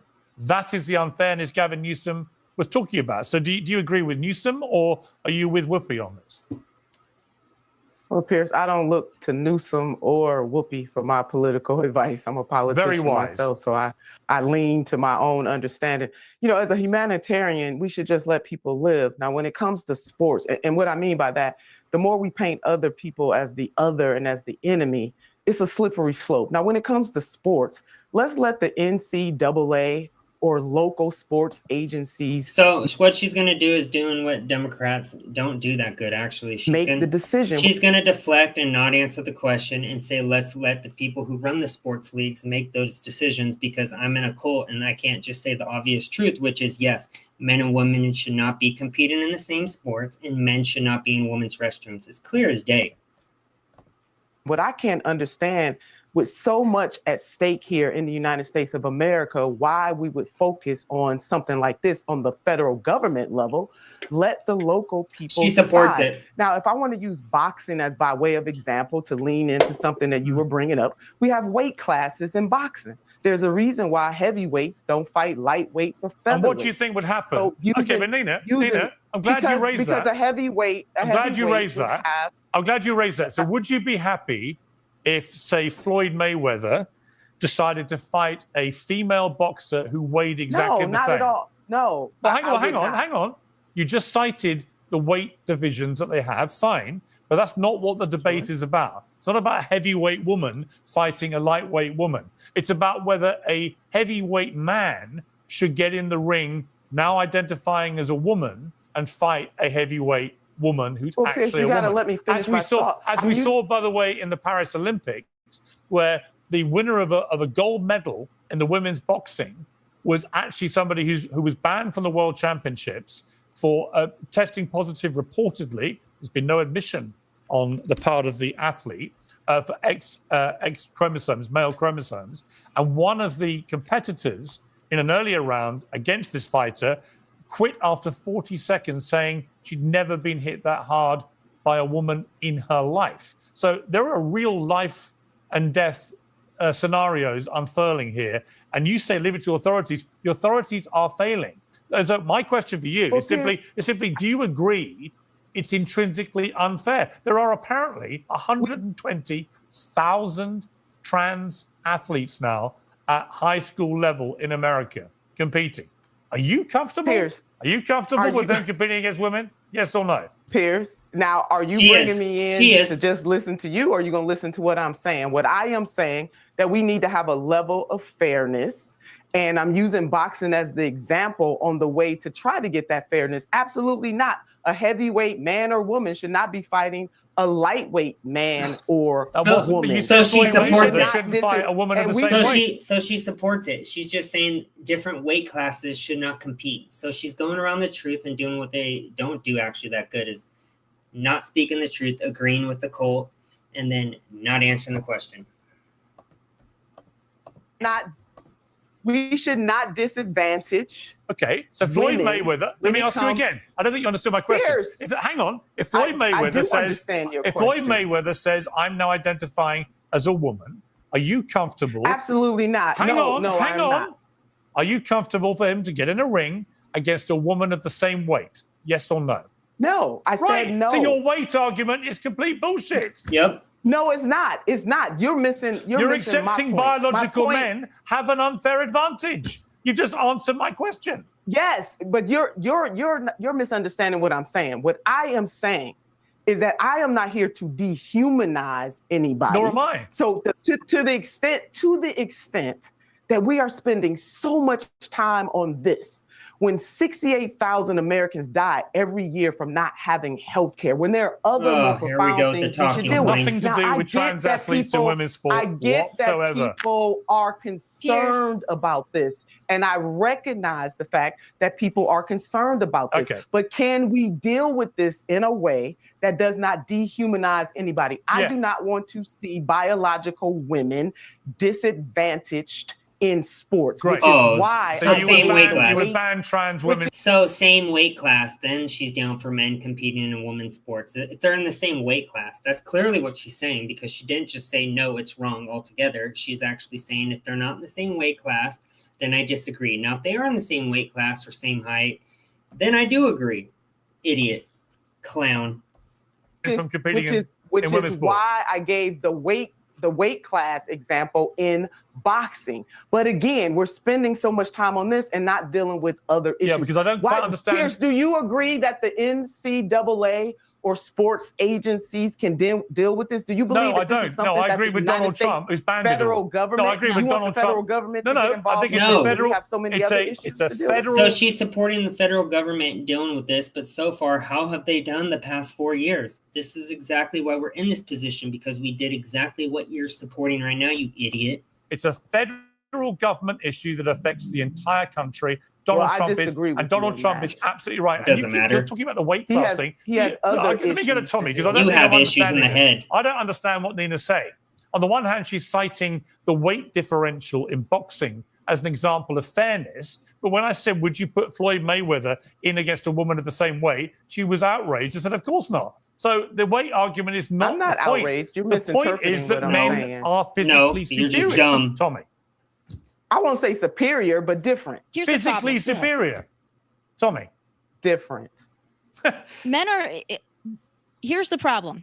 There are so many on the left of this issue that are thinking purely with emotions. You don't want to hurt anybody's feelings. You don't want to dehumanize anybody. Of course, those on the LGBTQ side, their feelings are always, and their humanity is always more important than women, of course, because they sit higher on the oppression totem pole that the left subscribes to. Then why do you let men pretending to be women play in their sports?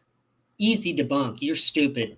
But I would say this is not an emotional issue. This is a scientific and a biological issue. Yep. Most people that think about this emotionally don't want to reckon with the fact that most men could kill most women with their bare hands. Unfortunately, that's the reality of our biology. So to say that somebody's feelings and they want to be in this locker room and they feel like they're a woman today and they want to compete and they should be able to compete is completely negating the fact that men are built different than women. They are biologically and physically superior to women. And a lot of other areas they are not, but biologically and physically they are. I would say most. You know, there are some Democrat men that probably could have the crap beat out of them by a conservative woman. That might happen on occasion if you look at some of the Democrat men.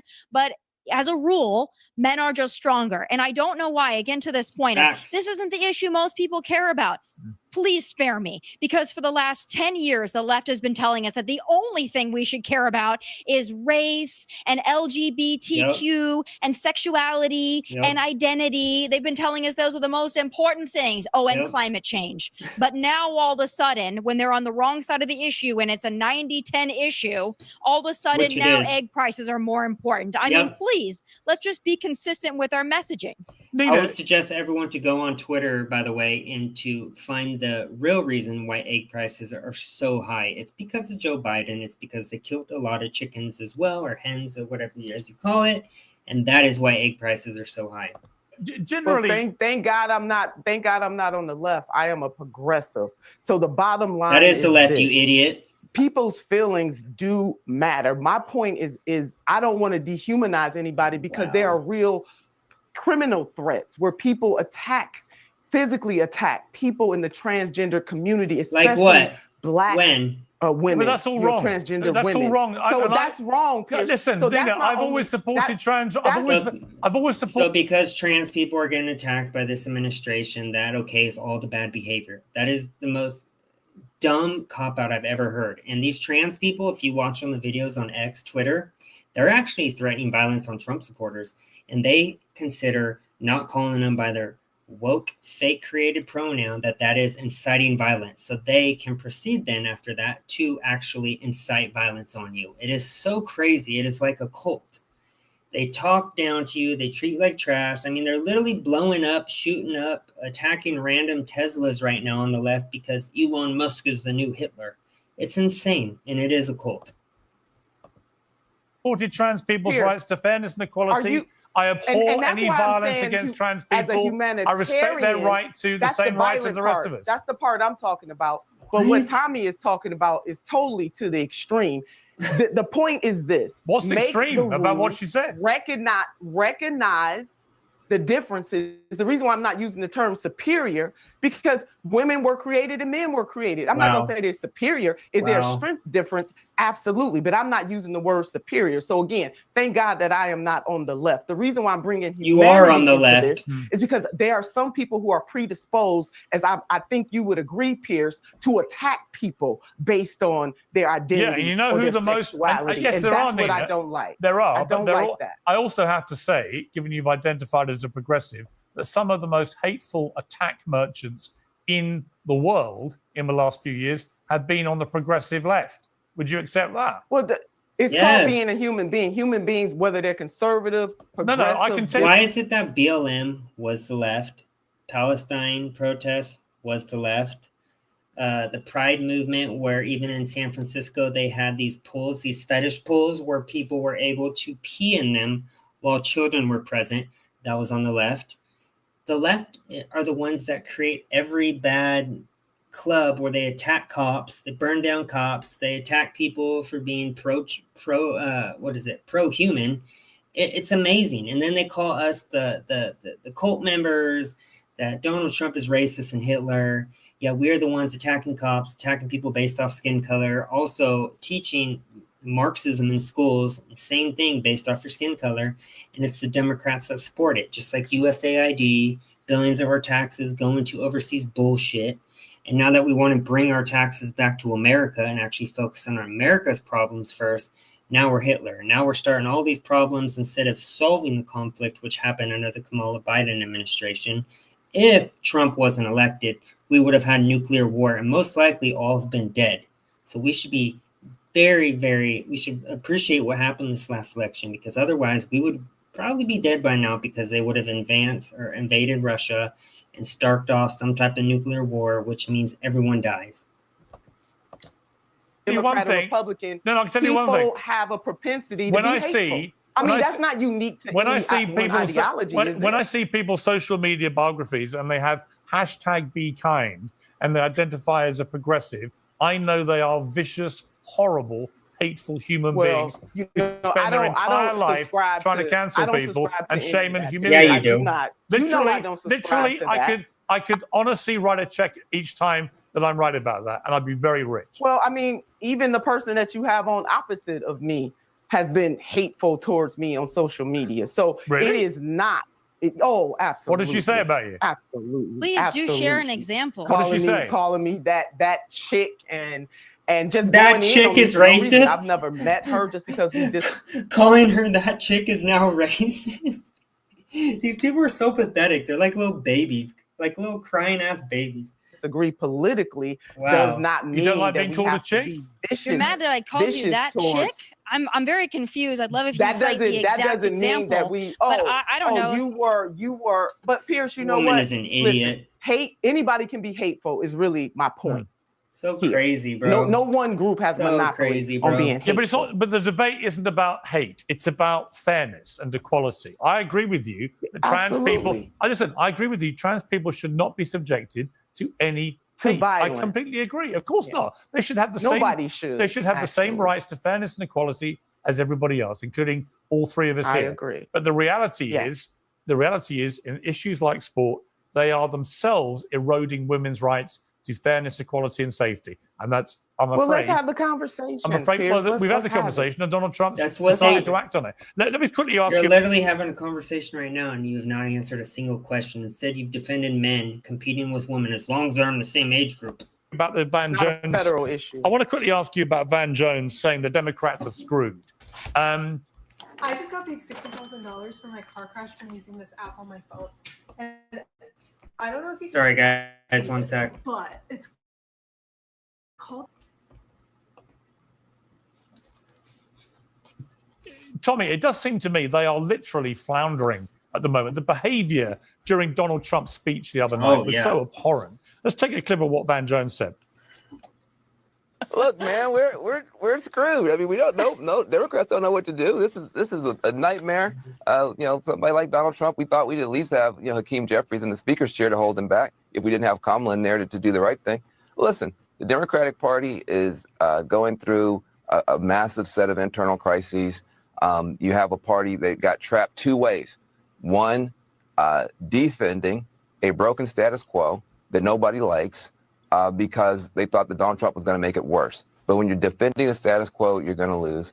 And then offending most people in the country, calling everybody sexist and racist and transphobic and every other name, and then say, please follow us. That's not a good strategy, folks. Defending a broken status quo and offending most of the country turns out is not as popular as my party thought it was going to be. You think? Tommy, if only Van had listened to you all those years, could have saved themselves a lot of hardship. Yeah, Piers, the Democrat Party does not have a leader right now. I don't think you could identify one. Yes, it's Hakeem Jeffries. He could even get his own party in line to prevent them from acting like complete petulant children last week at the joint address, not standing for a kid with cancer or Laken Riley's family or a returned prisoner of war. They couldn't stand for that. Hakeem couldn't get them to not act ridiculous. So he's not the leader of the party. Kamala Harris, she's not the leader of the party. Gavin Newsom desperately wants to be the leader of something, but even he is not. Pete Buttigieg, no one really takes him seriously. The Democrats do not have a leader. They do not have structure. And then because they lack anybody who's entertaining, they decide to put people like Jasmine Crockett on every cable news show because at least she's entertaining, but she's not going to win anybody over. And then their response to being more moderate is to have Alyssa Slotkin, who is as boring and as milquetoast as they come. So they really can't go any direction. If they go more moderate, it's boring. If they go to their natural sense of being woke and crazy, it's Jasmine Crockett and AOC. Nobody in the middle of the country wants that. Jasmine Crockett and AOC, especially Jasmine Crockett, she is so dumb. It's amazing people in Texas voted for her because, I mean, she is very dumb. So they're screwed. They have nothing right now. All they can do is root for the failure of America and the failure of Donald Trump in hopes that somehow that will bring their party back from the dead. But I got news for them. I don't think that's going to happen. Nina, the Democrats are screwed. Do you agree? Oh, absolutely, they are. I mean, the reason why we have President Donald J. Trump back in there again is because they missed the messaging. It should have been about the economy, should have been about the hardships. The fact that 60% of Americans are living paycheck to paycheck. The fact that homelessness has risen over 18% from 2023 to 2024.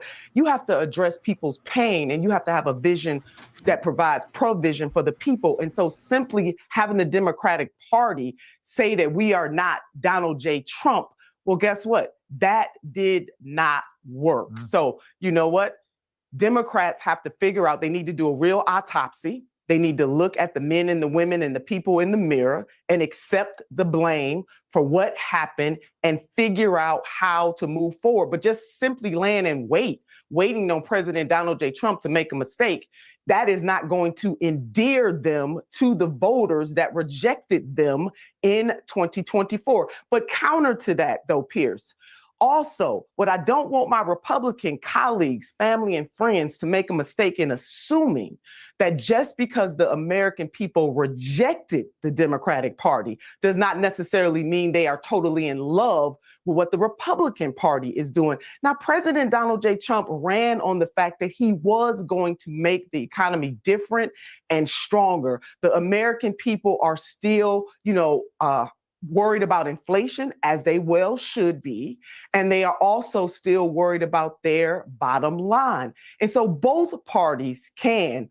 if they are out there, not only just navigating how the American people are feeling, can make the change. But absolutely, if the Democratic Party wants to stay on the course and just lay in wait for failure by President Donald J. Trump, then that dog is Yeah, not going to hunt, it's and they not. are in for a rude awakening. So And I do not support. And the bottom line is Donald J. Trump's real genius is his unique ability to wind up the progressive left and in fact all liberals and all Democrats into such a relentless lava of hysteria that they can't think straight. And until they can get past that and actually come up with their own policies and their own charismatic leader who actually has a vision for the country, Van Jones, my old colleague at CNN, is 100% right. They are completely screwed. All right, that's the end of this debate, but I want to show you guys exactly, and I actually love this. Tucker was debating with Cuomo the other day, and he actually sums it up perfect, the war in Ukraine and what's really going on. So let's get started. Like Russia bad means they are consistently invested in what's bad for America. Putin is a constant. They certainly are now. I mean, they're aligned with China. So yeah, that was not true at the beginning of 2022. And so but invading Ukraine was wrong, what they did. And Ukraine did not start that war. Well, the whole thing was wrong. No. We have a record 55 people on right now. I appreciate you guys coming on. If you're from Twitter, please subscribe to my YouTube channel. I'm going to be posting every day on X and YouTube, but you'd be helping an America First conservative Trump supporter out if you subscribe on my YouTube channel as well. Link is at the bottom. Russia invaded Ukraine, yes, for one specific reason, despite all the lying from Ann Applebaum and the Atlantic Council and the professional liars and morons in Washington who got us into the Iraq War and Libya and Syria and every other disaster. I've never apologized or been penalized for it. The truth is that Russia's concern was that Ukraine remain not part of NATO. They want to control Ukraine to some extent. It's their neighbor in the same way that we want to control, I don't know, Canada or Mexico. You don't have to, run the municipal elections in the country, but you don't want if you had a government in Canada that was bent on destroying the United States, you would overthrow the premier of Canada because you can't have that. It's your neighbor. You're a great power. And that's how Russia sees itself. Now you could say, well, that's against international law or whatever, but that's the way nations behave. And great nations have an expectation they're not going to have an enemy on their border if they can help it. But NATO isn't inherently an enemy. It is to protect against the illegal and wrongful annexation of sovereigns. Ukraine. While they literally lead us into nuclear war with Russia, where no one lives. What is he talking about? It's not sovereign, and Ukraine's government was installed in a coup by the CIA in 2014. So it's not a sovereign nation. Well, it's a satellite of Ukraine's regime. We installed their government. They're not sovereign. Ukraine is a sovereign, as you know. But in what way? Russia had put a. I've already talked about at the beginning of the video how they are yanking people off the streets in Ukraine and just beating them senseless and throwing them in a van and putting them on the front line. Disgusting. There was a democratic revolution there that Zelensky wound up winning that election, second round of voting. That was to remove the Russian puppet who went back with a lot of money into Russia. No, yeah, whatever. I mean, you're skipping over. That's actually not at all what happened. Zelensky did not become president in 2014, which was when Maidan happened. But I'm saying Maidan Square was a reaction to a Russian puppet regime in that country. Well, that's what they were against. It a Russian puppet regime. Well, where did the guy go back to? Well, he fled to Russia. Yeah, on the verge of getting killed. But the bottom line is, Russia wanted a friendly government in Ukraine. Okay, I get it. The United States, which is nowhere near Russia or Ukraine, went across the Atlantic Ocean to install its president in Ukraine in a coup. That's a fact. Yep. And they were caught on tape doing it. Yep. Our own CIA, this isn't the first time they've done this, but they did actually install Zelensky to be president. Our own CIA did that. Probably funded by our taxes. Yeah. And Bob Kagan's wife was caught doing that. You can listen to the tape. And so, okay, I guess both are bad. But if you're being an adult about it, you understand that great powers have an interest in not having other people's nuclear weapons on their borders. That's just a fact. Now, you could say, well, it shouldn't be a fact, but it is a fact. So we don't have nuclear weapons on the border. The only nuclear weapon. Well, really. So NATO doesn't have Look, in Ukraine, no. Their concern was, and Ukraine used to have a lot of nukes, and they agreed to get rid of them on the basis of protection from Russia. Those were Soviet nukes, right? And that was negotiated by the United States. But right, okay. All I'm saying is, if you're thinking about it from the perspective of what's good for the United States, you do not want Russia becoming in close military alliance and economic alliance with China. You don't want that because that becomes a block that you can't defeat, from which you will soon be taking orders. And every administration has understood this. The Biden administration went to the Munich Security Conference in February of 2022 and had the Vice President of the United States, Kamala Harris, say at a press conference to Zelensky, we want you in NATO. NATO did not want Ukraine. There's never was a referendum in Ukraine what the Ukrainians wanted. We want you to be an American satellite with American weapons in your country. She said that, knowing that was the red line. Putin's like, look, I just don't want Ukraine in NATO. You've had all these countries around my borders in NATO. I don't know why you're doing that. I still don't know to this day why we're doing that. That's an aggressive, offensive move. But you cannot have Ukraine. It's too big. It's too important. Our energy pipelines go through it. No. And they insisted on doing this. And Putin gave a speech immediately after in Russia. No Americans ever watched it. You should. It's really interesting, saying this NATO thing is too much. We have to invade, and we're doing it. Those are the facts. Okay. So the question is, why would you do that? Ukraine is not sovereign. It never was. You know that Ukraine cannot beat Russia in a conventional war. Russia's got 100 million more people and much deeper. But that doesn't mean you let them roll over. And Ukraine is a sovereign. It's its own country. In what sense are they making independent decisions? I'll give you in April of 2022, 2 months after this war started, it's very clear that Russia is going to win. It's just a much bigger country, period. And so the Ukrainians and the Russians start having peace talks. Yep. And they move them around a bunch of different places. They wind up in Istanbul, Turkey.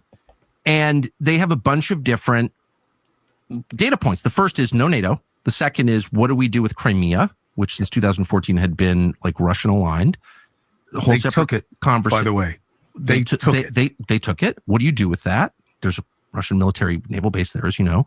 And what do you do with Donetsk and Lugansk, the eastern part of Ukraine? They basically reached terms in Istanbul. 2 months into the war, all of a sudden, the former prime minister of Great Britain, Boris Johnson, shows up in Kiev and delivers a message from the Biden administration. No peace. You are not allowed to negotiate a peace. He's telling a quote, sovereign country this. Some unemployed, indebted Brit is showing up on behalf of the United States to lecture the so-called president of Ukraine about what he can do with his own country. It's not sovereign in any sense. And they break off the peace talks. This is all like, I'm not making this up. Look it up. And 1 million more Ukrainians died. The country's totally destroyed forever. And then Zelensky goes and changes the law in Ukraine to allow foreigners to buy farmland in Ukraine, to buy the soil of Ukraine. So you wind up with a country whose population has just been killed, that no longer owns its land. So big American companies, multinational companies can go in and just buy Ukraine. That's the total destruction of a European nation. So sad. And in the United States, we feel like, oh, no, we're fighting on behalf of Churchill. No, we just destroyed Ukraine because we want to fight Russia. And now that is the core, the desire of the American foreign policy establishment to have a war with Russia. That does not make any sense to me. I'm not a Putin lover, or I don't speak Russian. I've got nothing to do with Russia. I just don't understand why it's in America's national interest to be at war with Russia. It's not. And these are people with very deep emotional hatred of Russia. I can't even speculate as to where that comes from. But it's real. I've certainly seen it a lot. And it's not consistent with our interests as a nation. It does not help the United States at all. All right, guys, that's it for that video. I see a lot of people watching. I appreciate you guys taking the time to watch it with me, guys. Please subscribe to my YouTube channel if you wouldn't mind. I'll be doing this every day. I might do one more tonight with my lady. We shall see. Love you guys. Stay safe. Peace.